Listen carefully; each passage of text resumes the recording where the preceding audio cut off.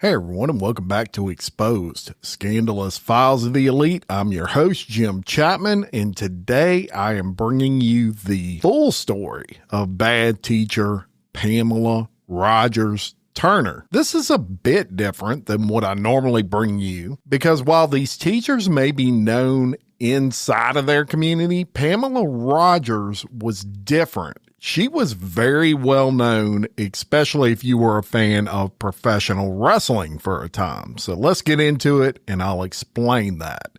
Now, Pamela was born in July 1st of 1977. So as of this recording, this point in time, she's 48 years old. She was much younger when all this went down. She attended Clark Range High School. This was in Tennessee, and she was part of the Clark Range basketball team, the Lady Buffaloes. And she gained some local success during her time on that team with her dad, who was the head coach of that team. And she was obviously very athletic, especially when you grow up with a dad who's a coach. Now, she was also very popular, so much so that for her senior year prom, she was actually picked as the prom queen. So she graduates in 1995, and subsequently she attends Tennessee Technological University as well as Cumberland University, and she played basketball for both of those colleges. Now, what is also interesting is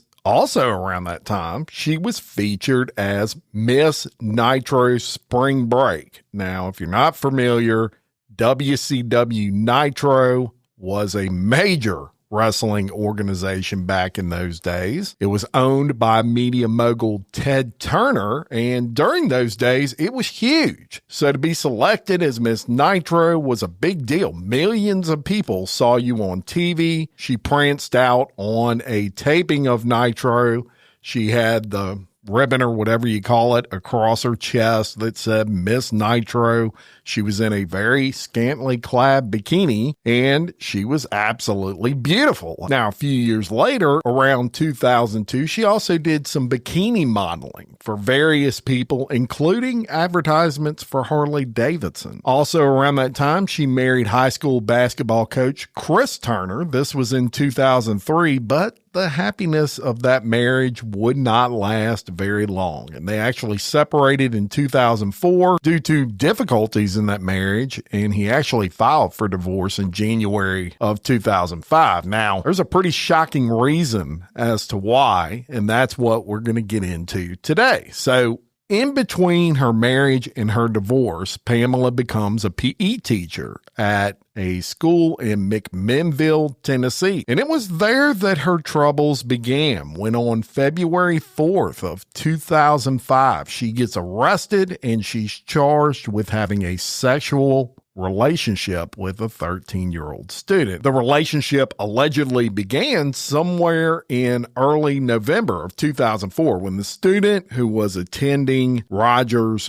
basketball class began flirting with Rogers, and he was making very sexual suggestions. And it's important to mention, this is a 13-year-old kid. Rogers at this time was in the midst of a estranged marriage. Obviously, they were having problems as of this time. They weren't divorced yet, but according to other people, she seemed to enjoy the attention that she was getting out of this 13-year-old. I can't relate. Don't ask me why. It sounds absolutely crazy to me. So at some point, they start talking via text, and the student's best friend was the one who kind of verified this. He said at one point, Rogers texted the student, quote, "I think you're cute." And according to this kid's best friend, he was excited about that. And he responds back to that text with, "I think you're hot." And from that point forward, the relationship became sexual. Now, the student, who at the time had a girlfriend who was the same age as him, 13, he gets into this relationship with Rogers, and he actually breaks up with this 13-year-old girl to be with Rogers. Undoubtedly, he didn't tell her that was the reason. And at some point shortly after the sexual relationship started, while the student's friend, his bestie, was visiting his school with another friend, they go see Rogers. And Rogers actually reveals to the student's friend that she and the student did indeed have sex while they were in the school gym. And I thought about this when I researched it, and it seemed to me there's a possibility, and I'm just speculating here.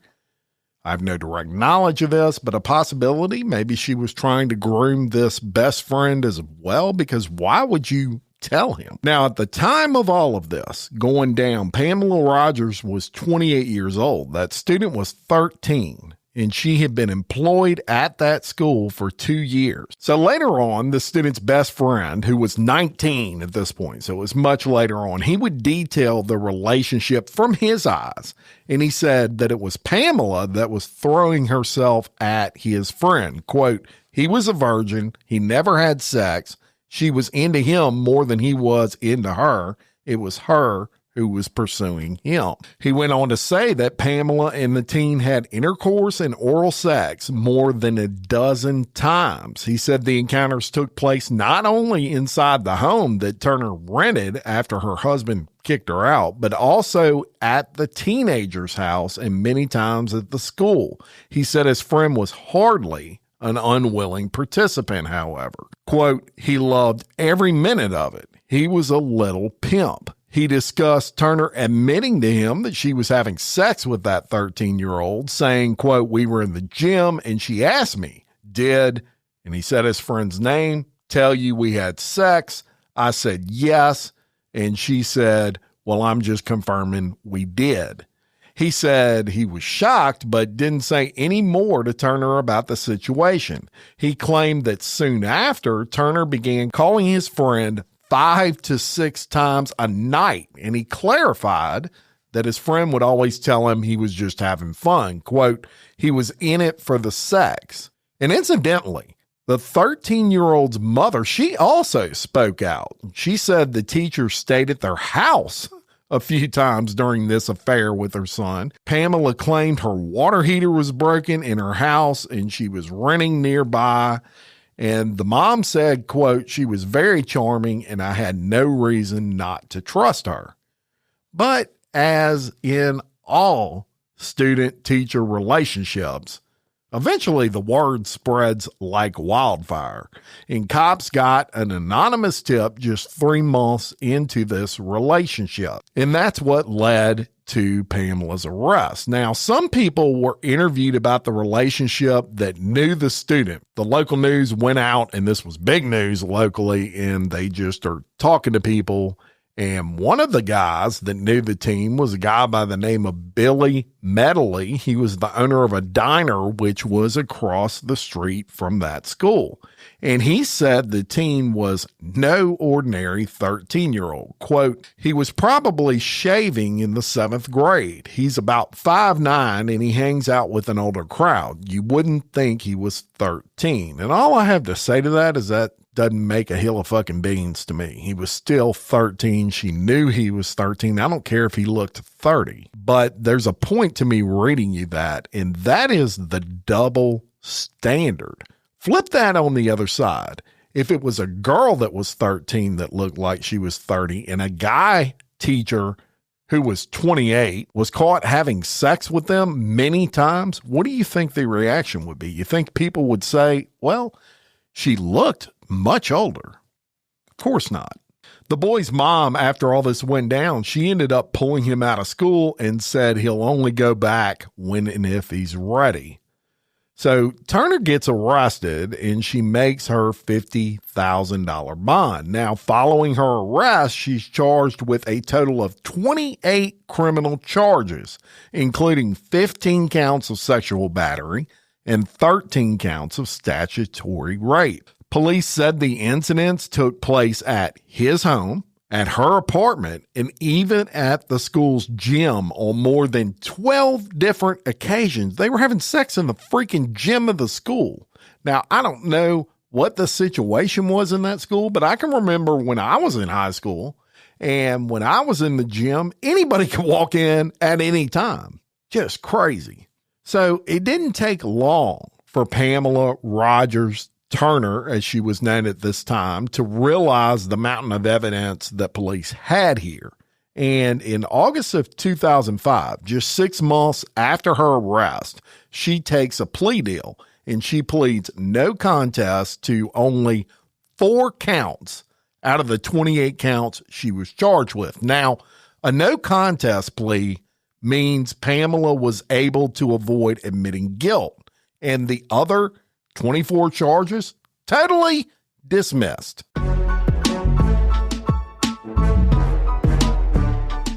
Jim, did you see what happened in Texas today? Wait, before you tell me that, let me tell you what happened in New York. It cannot be as crazy as the case I told you about yesterday in Louisiana. You know what? We should do a podcast about it. And with that, we did. Crime Wire Weekly covers the crime news headlines that have dominated the week. We cover trending crimes from all over the country and even sprinkle in a few globally. Crime Wire Weekly is available now wherever you listen to your podcasts. Simply by searching Crime Wire Weekly or clicking the link in the description of this podcast.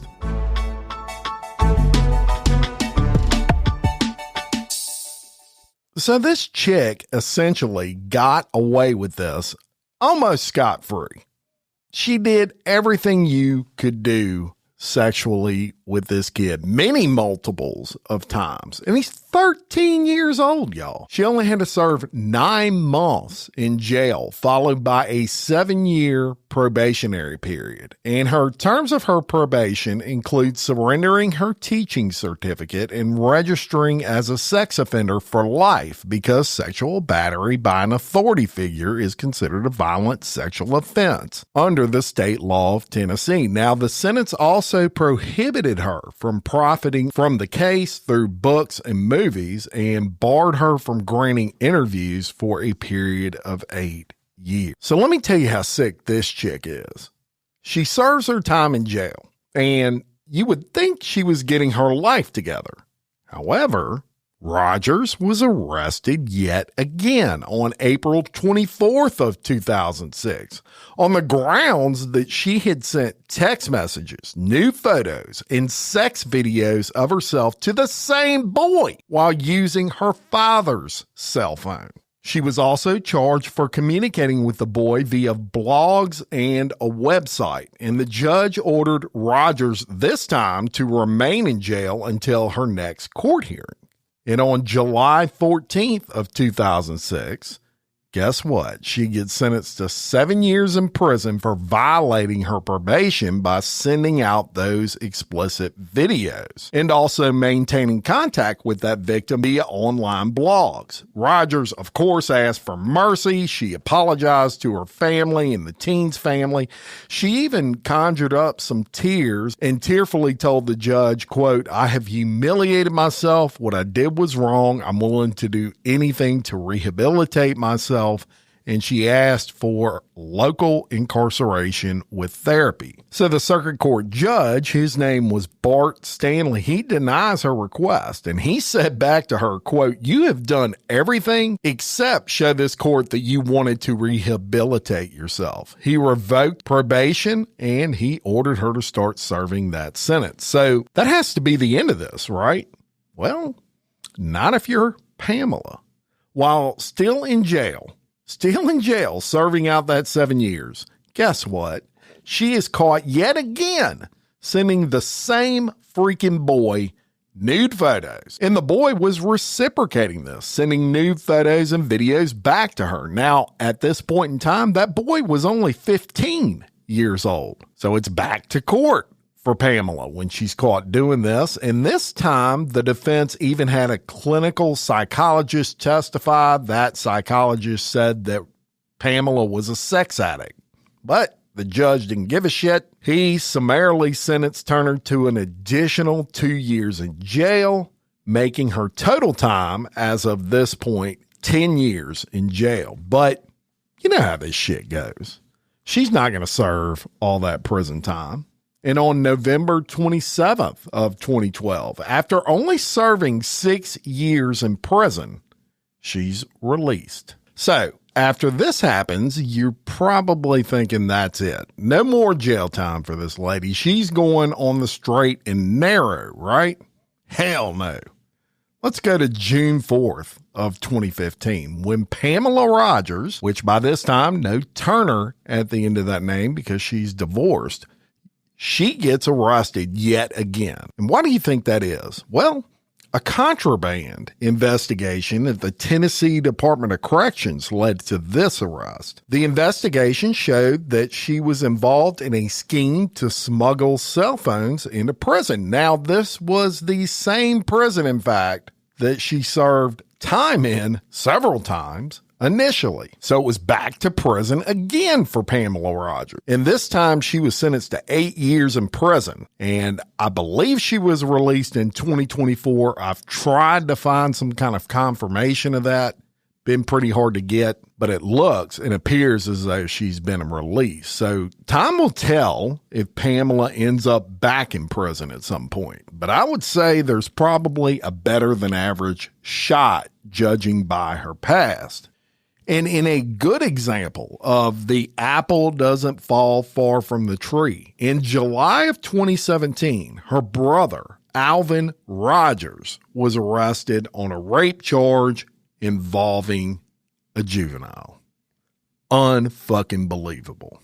And as I was researching all this, I came across an article that I want to read to you real fast because it did a really good job of explaining why I do these Bad Teachers series. And it pretty much nailed the bias here. And this was written on April 17th of 2006. And it says, teacher plea deal built on sex bias. The district attorney who reached a plea settlement with ex-teacher Pamela Rogers for having sex with a 13-year-old student says one reason he didn't want to try the case was that some men on the jury would not convict an attractive woman for having sex with a teenage boy. District Attorney General Dale Potter said he was concerned that some male jurors might not convict Rogers, a former Warren County grade school PE teacher, because they wouldn't view what the attractive 28-year-old woman did as having harmed the boy. Quote,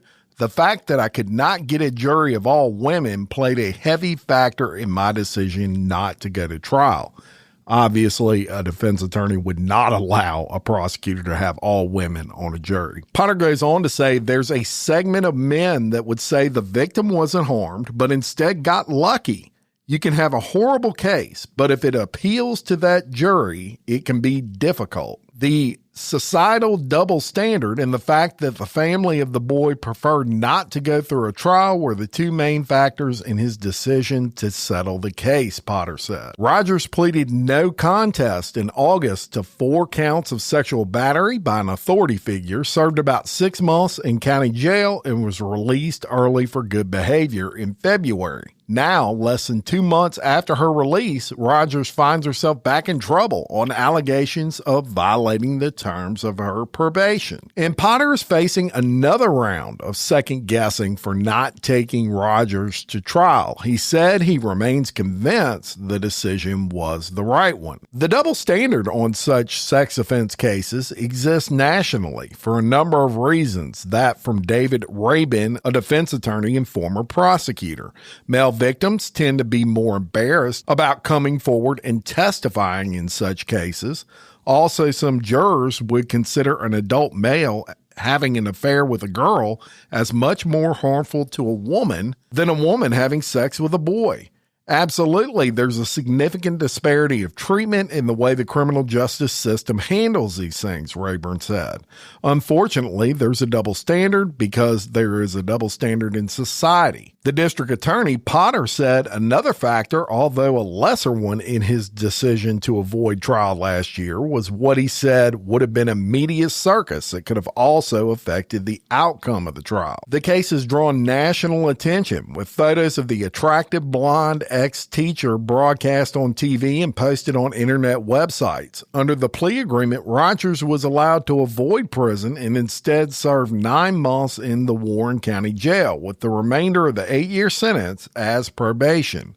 But her probation came with a number of conditions, including not using the internet without permission and not having contact with the boy of his family. Violating those rules could send her to prison to serve out her sentence. Rogers was arrested last Tuesday on 7 counts of probation violations, all of them centered around her use of the internet. She is accused of setting up a personal web page and using it to post messages to the boy. She also had an internet communication with the boy's teenage sister, authorities say.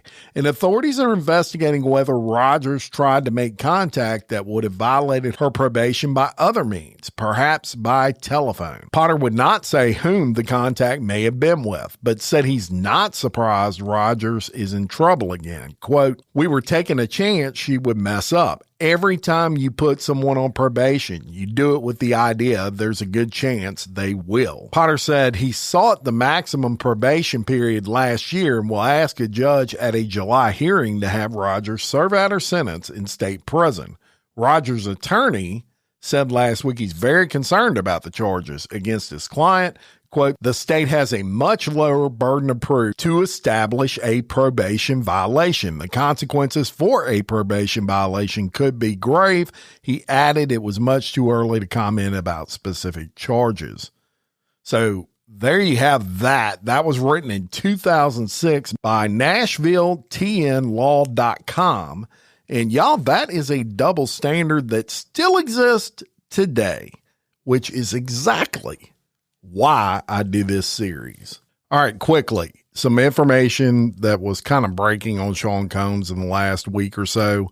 Number one, his sentencing has been set. It is October 3rd, 2025. So, of course, I will bring you the update on that. And also wanted to reference, this is a pretty crazy article. It's very short, but I wanted to reference it for you. I found it interesting. It headlined, "Diddy receives standing ovation from fellow inmates after jury found rapper not guilty on RICO charges." Sean Combs reportedly received a standing ovation from his fellow inmates after being acquitted on the most serious charges brought against him 10 months ago. After hearing 7 weeks of testimony from prosecution witnesses, Diddy's jury returned 3 not guilty verdicts. The group of 12 originally announced they were deadlocked on racketeering conspiracy charges, but later chose to acquit the rapper. Diddy returned to a standing ovation at MDC Brooklyn after the verdicts were read, according to his defense lawyer, Mark Agnafilo.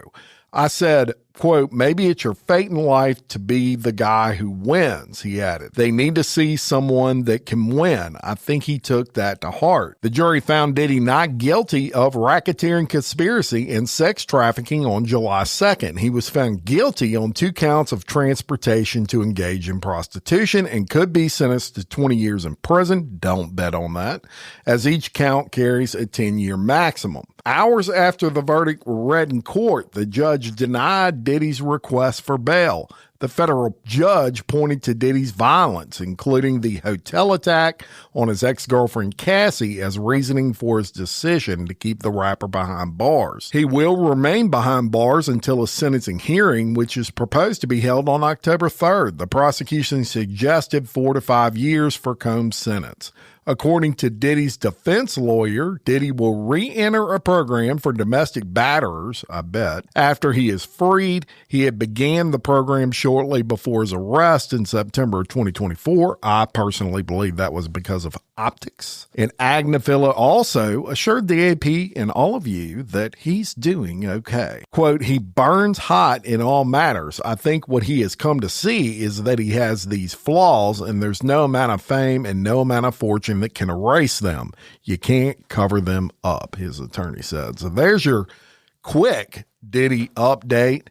Thank you so much for listening. Couple of things I'd like you to do. If you have not yet done so and you're enjoying the show, take a second, go to Crime Wire Weekly, wherever you listen to podcasts. Just punch it in the search box and it'll pull up, and follow it like you do Exposed if you're enjoying that content. We do release previews on this feed, but we're not going to continue doing that much longer. If you're enjoying that, make sure you follow Crime Wire Weekly. I do that with award-winning true crime podcaster Kelly Jennings of Unspeakable, a true crime podcast by Kelly Jennings, and we just break down the top trending crime headlines of the week. We give our own unique commentary, if you will. Also, if you're enjoying this content, consider joining the Patreon commercial-free early releases. I have a bonus episode coming your way very soon to all my Patreon members. I'm finally getting caught up from the damn Diddy series, so I'll be dropping a bonus episode very soon. Check it out, patreon.com/exposed podcast files, and consider supporting the show. It would not exist, I'm telling y'all, if it were not for those people that support it. I love them to death, and thank you so much to all those folks. And until next time, for Exposed Scandalous Files of the Elite, I'm your host, Jim Chapman. Much love.